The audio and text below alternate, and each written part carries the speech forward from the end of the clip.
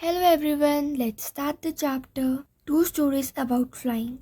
Before you read, since the earliest times, humans have dreamed of conquering the skies. Here are two stories about flying. First, a young seagull is afraid to fly. How does he conquer his fear? Second, a pilot is lost in storm clouds. Does he arrive safe? Who helps him? Part 1, His First Flight, written by Liam O'Flaherty. The young seagull was alone on his ledge. His two brothers and his sister had already flown away the day before. He had been afraid to fly with them. Somehow, when he had taken a little run forward to the brink of the ledge and attempted to flap his wings, he became afraid. The great expanse of sea stretched down beneath, and it was such a long way down, miles down. He felt certain that his wings would never support him. So he bent his head and ran away back to the little hole under the ledge where he slept at night.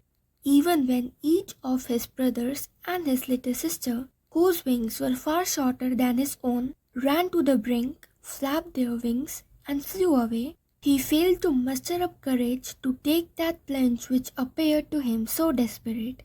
His father and mother had come around, calling to him shrilly, upbraiding him, threatening to let him starve on his ledge unless he flew away. But for the life of him, he could not move.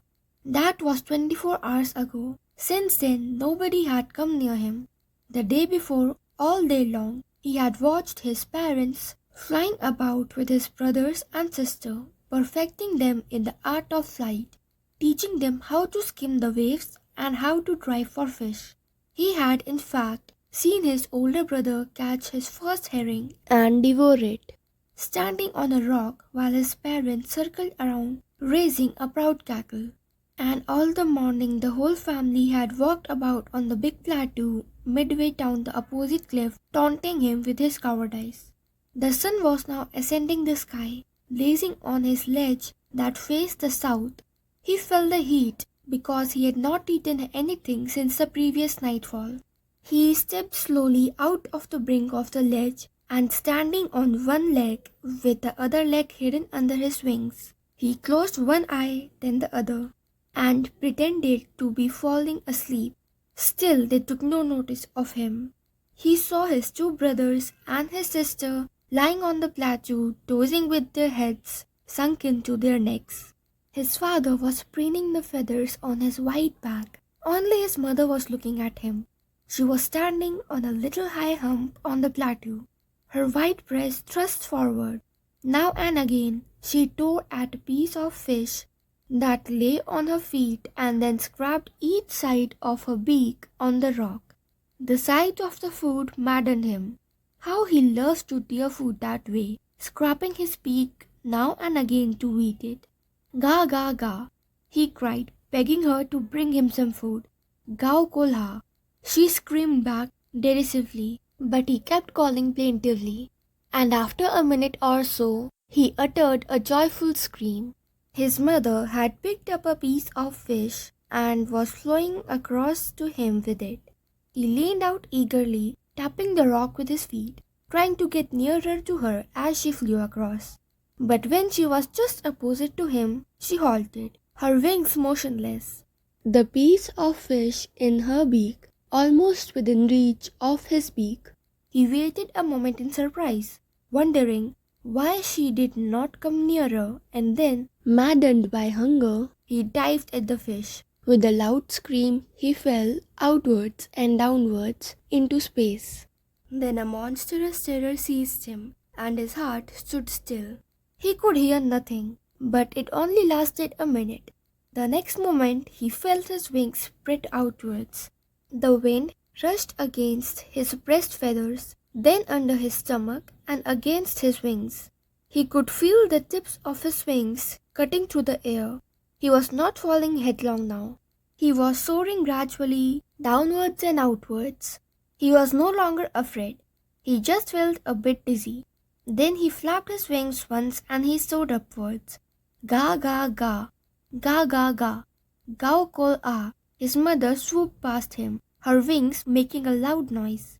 He answered her with another scream. Then his father flew over him screaming. He saw his two brothers and his sister flying around him, curveting and banking, and soaring and diving. Then he completely forgot that he had not always been able to fly, and commended himself to dive and soar and curve, shrieking shrilly. He was near the sea now, flying straight over it, facing straight out over the ocean. He saw a vast green sea beneath him, with little ridges moving over it, and he turned his beak sidewards and cawed amusedly. His parents and his brothers and sister had landed on the green flooring ahead of him. They were beckoning to him, calling shrilly. He dropped his legs to stand on the green sea. His legs sank into it. He screamed with fright and attempted to rise again, clapping his wings. But he was tired and weak with hunger, and he could not rise. Exhausted by the strange exercise, his feet sank into the green sea, and then his belly touched it, and he sank no farther. He was floating on it, and around him his family was screaming, praising him, and their beaks were offering him scraps of dogfish. He had made his first flight. Part 2: The Black Aeroplane by Frederick Forsyth. The moon was coming up in the east behind me, and stars were shining in the clear sky above me. There wasn't a cloud in the sky. I was happy to be alone high up above the sleeping countryside. I was flying with my old Dakota aeroplane over France back to England. I was dreaming of my holiday and looking forward to being with my family. I looked at my watch. 1:30 in the morning.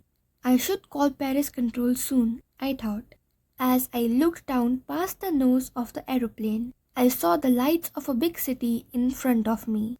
I switched on the radio and said, "Paris Control, Dakota DS-088 here. Can you hear me? I am on my way to England. Over."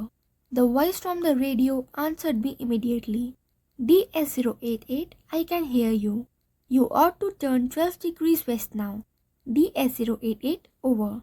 I checked the map and the compass, switched over to my second and last fuel tank, and turned the Dakota 12 degrees west towards England. I'll be in time for breakfast, I thought. A good big English breakfast. Everything was going well. It was an easy flight. Paris was about 150 kilometers behind me when I saw the clouds. Storm clouds. They were huge. They looked like black mountains standing in front of me across the sky. I knew I could not fly up and over them, and I did not have enough fuel to fly around them to north or south. I ought to go back to Paris, I thought, but I wanted to get home. I wanted that breakfast.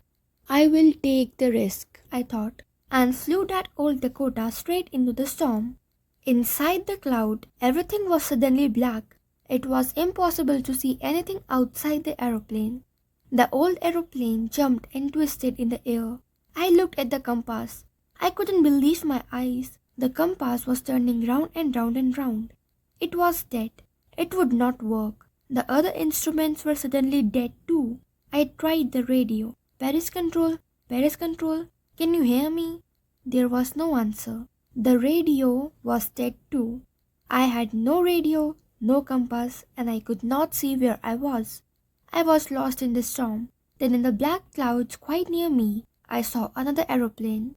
It had no light on its wings, but I could see it flying next to me through the storm. I could see the pilot's face turned towards me. I was very glad to see another person. He lifted one hand and waved. "Follow me," he was saying. "Follow me." He knew that I am lost, I thought. He is trying to help me. He turned his aeroplane slowly to the north in front of my Dakota so that it would be easier for me to follow him. I was very happy to go behind the strange aeroplane like an obedient child. After half an hour, the strange black aeroplane was still there in front of me in the clouds. Now there was only enough fuel in the old Dakota's last fuel tank to fly for 5 or 10 minutes more. I was starting to feel frightened again, but then he started to go down, and I followed through the storm. Suddenly I came out of the clouds and saw 2 long straight lines of lights in front of me. It was a runway, an airport. I was safe. I turned to look for my friend in the black aeroplane, but the sky was empty. There was nothing there. The black aeroplane was gone. I could not see it anywhere. I landed and was not sorry to walk away from the old Dakota near the control tower. I went and asked a woman in the control center where I was and who the other pilot was. I wanted to say thank you. She looked at me very strangely and then laughed. Another aeroplane? Up there in this storm? No other aeroplanes were flying tonight. Yours was the only one I could see on the radar. So who helped me arrive there safely without a compass or a radio and without any more fuel in my tanks? Who was the pilot on the strange black aeroplane flying in the storm without lights? That's all for today. Thank you.